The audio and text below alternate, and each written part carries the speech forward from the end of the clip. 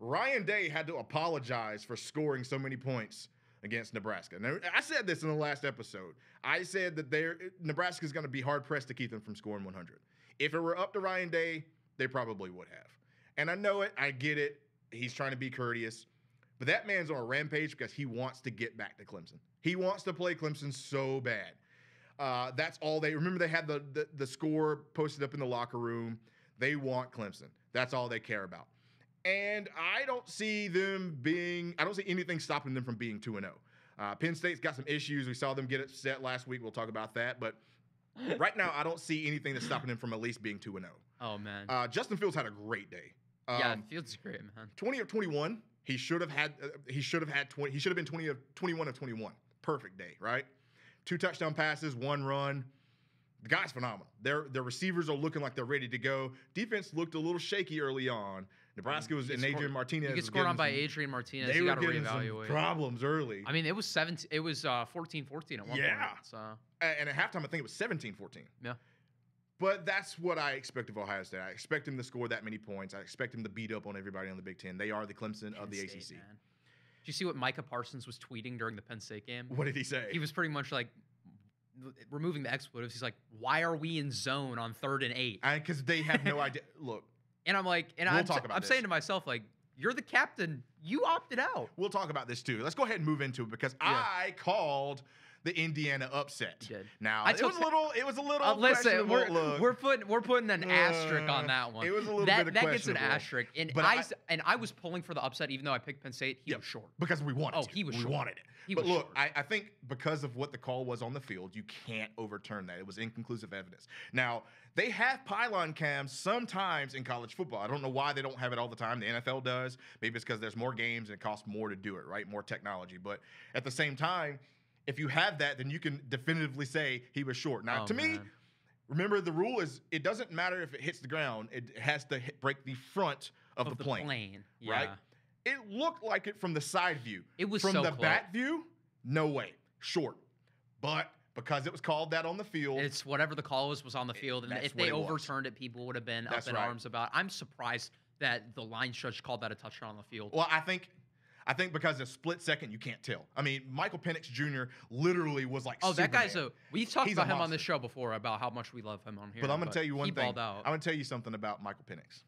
And this is something that, and because Indiana fans love him, but they don't love him. Because and that's great. Because he's not a great thrower. He's not a great thrower. You know who he reminds me of? He even looks like him. Who? Kellen Mond. He's a left-handed version of Kellen Mond. They're literally the same guy. They're not that great at throwing. They're both athletic. They both can run around. Kellen Mond can do that same kind of stuff, but one plays in Indiana and one plays at Texas A&M. Here's the difference.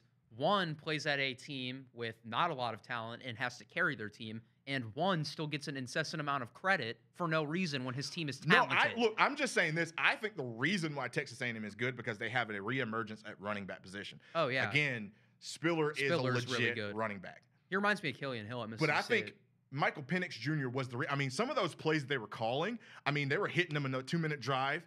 Penn State had no idea what was going on. Like you said, Micah Parsons talking about why we're playing zone in 3rd and 8. It's because they have no idea what's going on. They were literally getting hit quick mode.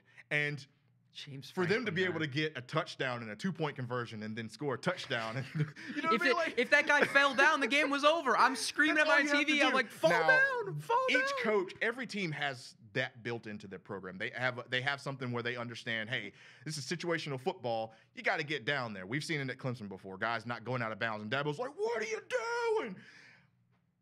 That was a monumental error. You lost to Indiana. Did you see Todd Gurley do it too this weekend? He did the same thing, and they made him pay. Like, how are these people not thinking that's exactly why the Atlanta Falcons will have the #1 pick.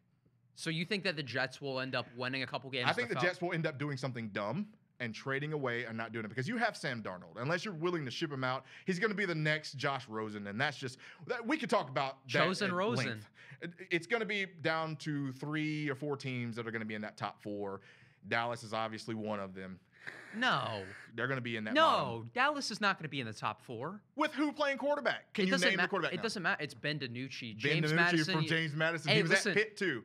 We're getting 2 marquee quarterbacks on Sunday. I'll tell you, if you're not tuning in Sunday Night Football, that game is not getting flexed out. No, I'm telling you, man. That's going to be a bad So you think game. Dallas record I prediction. think they'll be in the top 5. I don't think they're going to be. Dude, there's too much talent on that offense. No, for them not to with. s- Look, Andy. They're Dalton, not going to suck that bad. No, they have.